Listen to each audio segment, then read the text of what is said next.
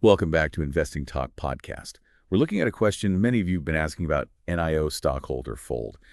It's been a wild ride for NIO lately with dramatic highs and lows, but then we saw that 20% jump recently.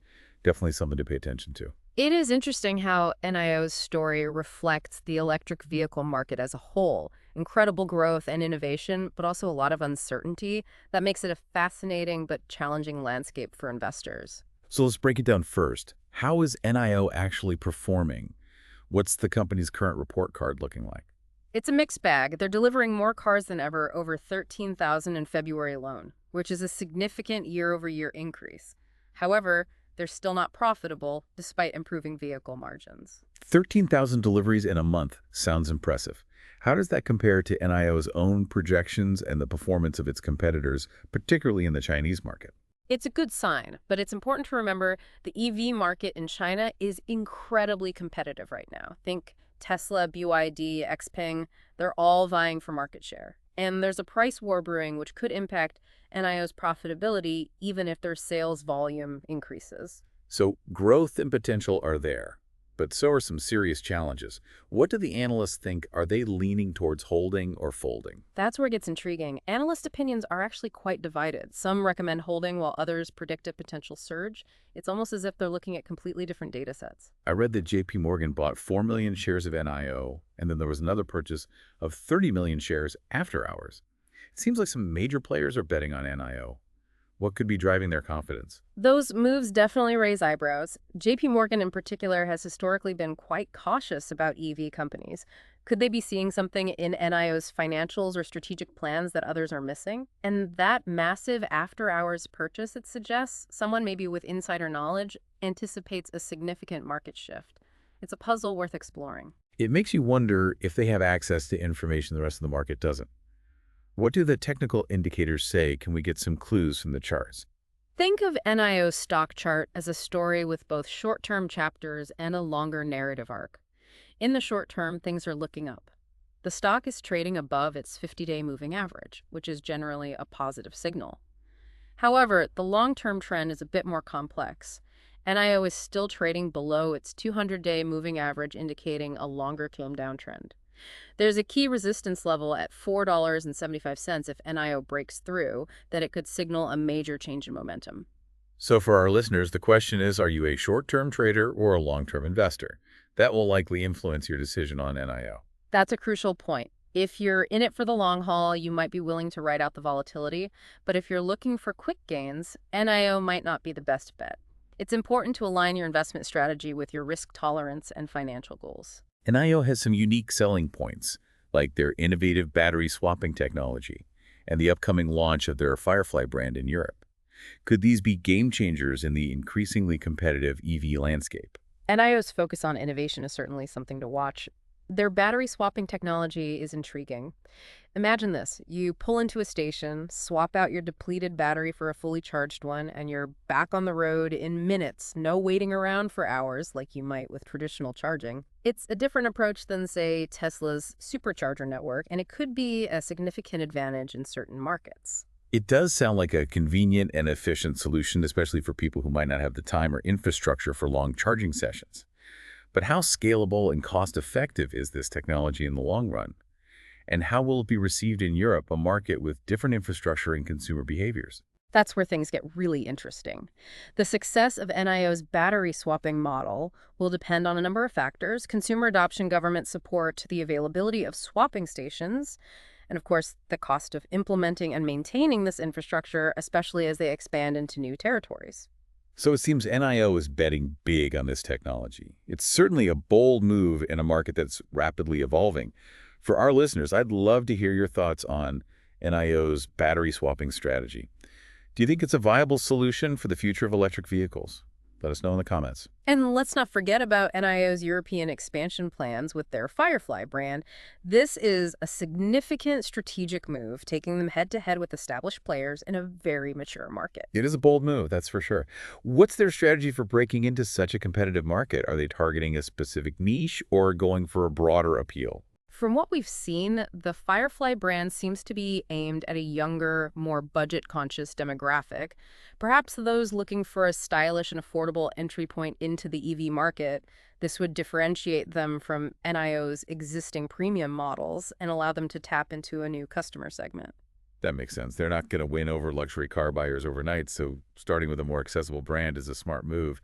But how will they navigate the complexities of manufacturing, distribution, and marketing in Europe, which is a very different landscape than China?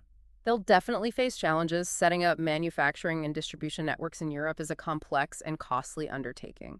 They'll need to build relationships with local suppliers, comply with different regulations, and adapt their marketing strategies to appeal to European consumers. It's a huge undertaking, and the stakes are high. If they succeed, it could dramatically expand their market reach and brand recognition. But if they stumble, it could be a costly setback. It's a calculated risk, and only time will tell how it plays out. But one thing's for sure, NIO is not playing it safe.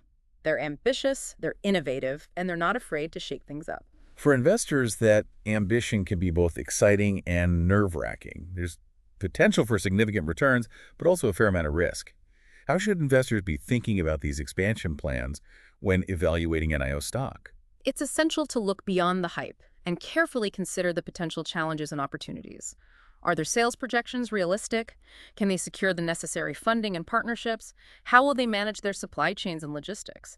These are all critical questions that investors need to consider. And let's not forget the macroeconomic factors at play. We're in a period of high inflation, rising interest rates, and geopolitical uncertainty.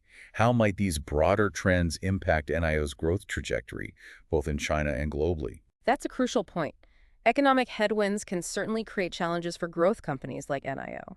Consumer spending might decline, making it harder to sell cars.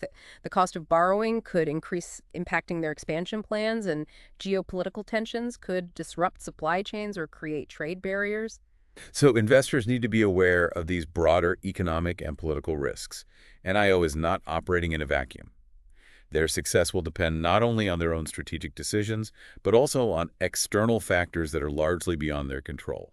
It's all interconnected, and that's why it's so important to stay informed, do your research, and consider all angles before making any investment decisions. It's a lot to digest, Yeah. that's for sure. We've covered NIO's performance, the competitive landscape, their innovative technologies, their ambitious expansion plans, and the broader economic context. Is there anything we've missed?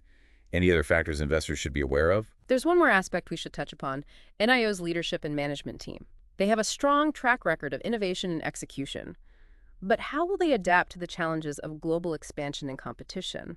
Are they agile enough to respond to changing market conditions and consumer preferences? That's a great point. The people at the helm can make or break a company, especially in a fast-paced and dynamic industry like electric vehicles. What do we know about NIO's leadership team, and what's their vision for the future? NIO is led by William Lai, a charismatic and visionary entrepreneur with a deep understanding of the automotive industry. He's surrounded by a talented team of executives with experience in technology manufacturing and marketing. They've demonstrated their ability to execute on ambitious plans and navigate complex challenges, but the next few years will be a crucial test of their leadership as they scale their operations and enter new markets. So it comes down to trust.